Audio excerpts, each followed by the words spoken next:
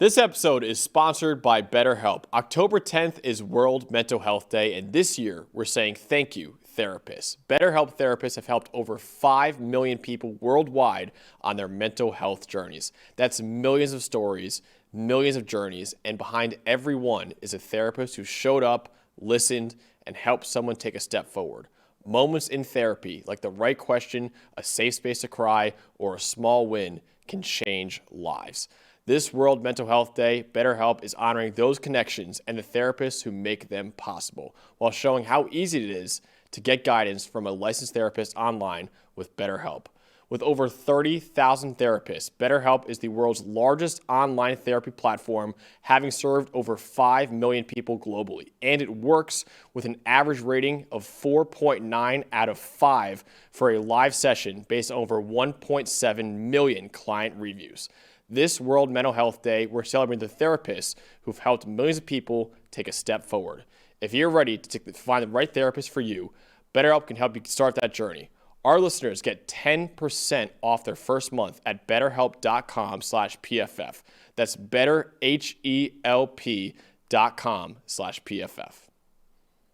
Next up, number 11 Texas Tech beating undefeated Houston 35-11. Let's go over the highest grade players, starting off with the Texas Tech Red Raiders.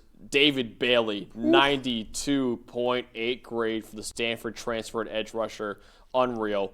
Jacob Rodriguez, who has been, in my opinion, the best linebacker we've had in college football this year. Another great game from him, 85.6 grade. Jacob Ponton, the tackle, 83.8. Another transfer on the defensive line in Romello Height, 80.4. And another transfer on the defensive line in Lee Hunter at 76.8. And then Baron Morton with a really solid 76.6 grade for him in his return from injury a couple weeks ago against Utah. Houston now with their highest grade players. Rook Brown, the corner, 70.7. Jordan Allen, the safety, 70.3. Mackenzie Agnello, the guard, 68.2. Kobe Young, 67.1, the receiver. Corey Platt Jr., the linebacker, 66.1. And Zion Chris Gramillion, 60.1 grade, taking over for Connor Wigman in this game. Dalton, what told the story for you? Pretty simple, and obviously it played into the Wigman injury that he came out with, and we'll see which of the two quarterbacks is playing moving forward. But Houston, 16.7 pass blocking grade. We have a problem with pass protection. Yeah, I had to. I hated that. I know you did. Oh, I hated that. I know. That. Sorry, Eli. I usually save the bad ones for Eli on Monday, but I actually I didn't even come into that with the plan. I was just like, yeah, there it is. But no, anyway, I mean, yeah, it was honestly as predictably a bad matchup as we had in any of these previews in any of these games. It was just that this team was not going to be able to pass. Very few teams, mind you, even Utah, can pass protect against this Texas Tech. We talk about Miami, boy, Texas Tech is right behind them. And you saw those three guys again in the top five. David Bailey's the one guy with more pressures than Ruben Bain right now, which is silly. 16.7 pass blocking grade. Third game out of 5 this season with under a 30. Which is not great. Their quarterbacks were pressured on 19 out of 30 dropbacks. Texas Tech with a 66.7% pass rush win rate, two-thirds, and 107 out of their 164 passing yards came on 2 explosive plays. It's just not. It wasn't going to happen. It just with this defensive line against this offensive line. It was not going to happen. Houston, honestly, their defense played solid for a lot of this game. There was a couple of busts in coverage, but they played solid, and I think their defense is still very much good enough to get them to a bowl game, but they got to pass protect. Somehow, some way, they got to figure out how to do it. Texas Tech's pass rush, Hunter, Height, Gil Howard, David Bailey, it's just silly. How good? I mean, at this point, it's the Big 12 Miami, where it's like nobody can block them. Not even Utah. If Utah couldn't block them, nobody stands a chance. Boy, you better find some other way around these guys because it's the same idea as Miami. And Houston now, the big concerning thing, they have the worst pass blocking grade in the country now after this game, a 25.8. Okay, do you know where the next closest Power 4 team is? 40 something. UCLA with a 50. Ugh. And Houston's at a 25.8. They're half of it. It's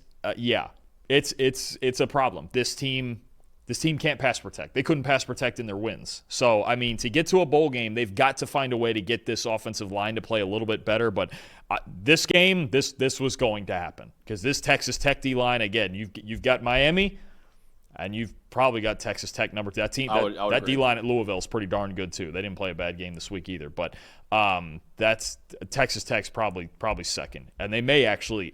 You could argue they're deeper. They've got bodies. They got NFL bodies up front. David Bailey's a freak of nature. Yeah, I'll talk about him later on. But Texas Tech right now, the highest graded defense in the country, 94.9. They have the best run defense grade in the country at 95.9, and the third best pass rush grade in the country too. This D-line is unbelievable, and also the best coverage grade in the country too.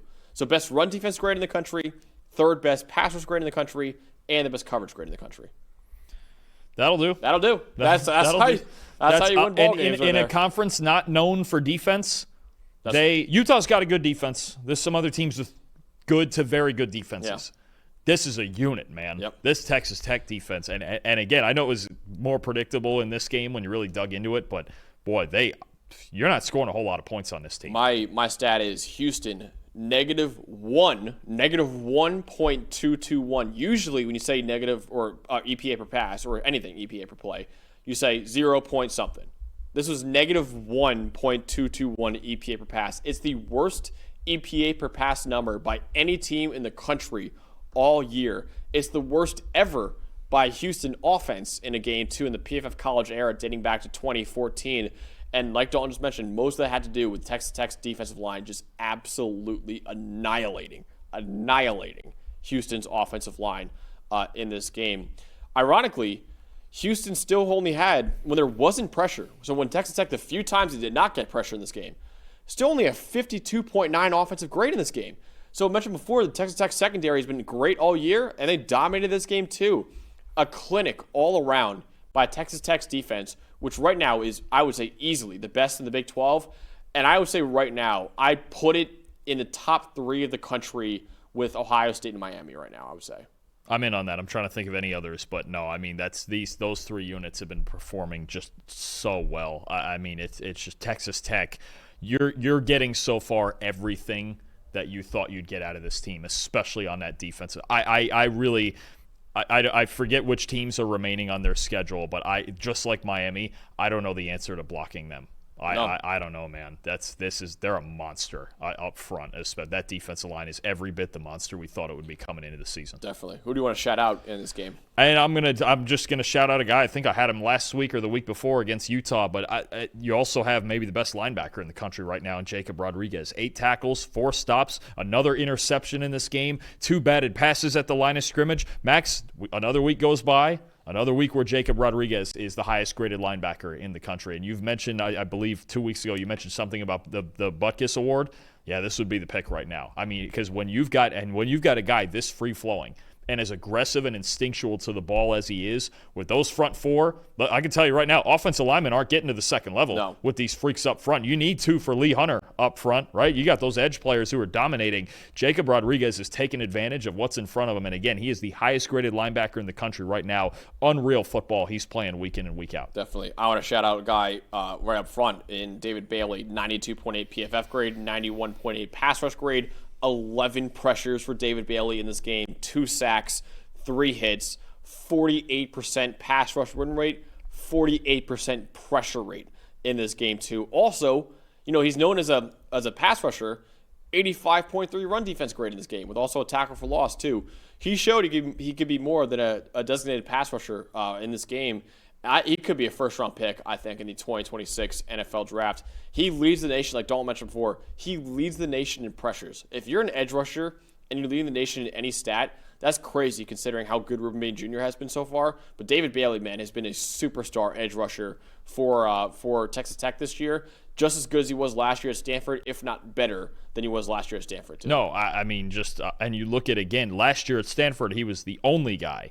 Now, okay, fine, slide the protection towards Bailey. Either A, he could beat you anyway, or B, here comes Romello Height on the other side. I mean, no, this is a problem. I don't even what you're going to have is that approach a Carson Beck-ish quarterback or somebody like that that's just going to get rid of the football, and you got to run screens and things out in the flat constantly because this Texas Tech team, you're going to have a hard time blocking them. Absolutely.